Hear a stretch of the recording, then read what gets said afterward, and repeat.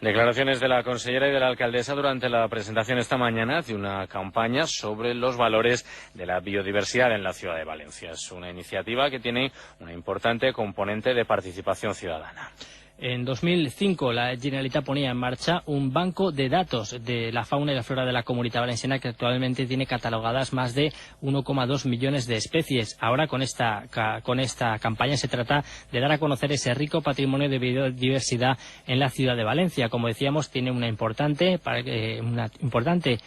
participación ciudadana esta campaña porque a través de la página web naturia.es la gente podrá enviar fotografías digitales de especies de flora y fauna que haya en la ciudad de Valencia para que los expertos puedan catalogarla e incluso descubrir si hay alguna especie nueva. Se trata, en definitiva, como explica la alcaldesa Rita Barberá, de conocer mejor quién está viviendo con nosotros. Una campaña de concienciación, de enseñanza, de formación sobre las distintas vidas que nos acompañan a nosotros mismos, la diversidad de seres vivos que están cerca de nosotros, la biodiversidad de la ciudad de Valencia.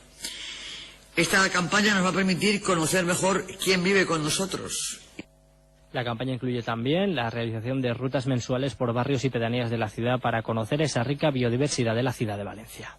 Y en lo que se refiere a la actualidad municipal de Valencia, nos hemos encontrado esta mañana la alcaldesa Rita Barberá anunciando más zonas verdes protegidas en la ciudad de Valencia. Concretamente que el nuevo Plan General de Ordenación Urbana, que está en plena revisión, protegerá otras 8.000 hectáreas del término municipal, de forma que el 60% del mismo ya gozará de algún tipo de protección. El plan está ya redactado, aunque todavía sigue sin fecha para su aprobación, y prevé como grandes hitos medioambientales la creación de 2 grandes zonas verdes, una la del Parque Central y la otra el delta del río en la desembocadura del Turia. Rita Barberá. Este plan general va a proteger, está ya su redacción, la protección de más de 8.000 hectáreas. O sea, 60% del término municipal está protegido. 60% del término municipal.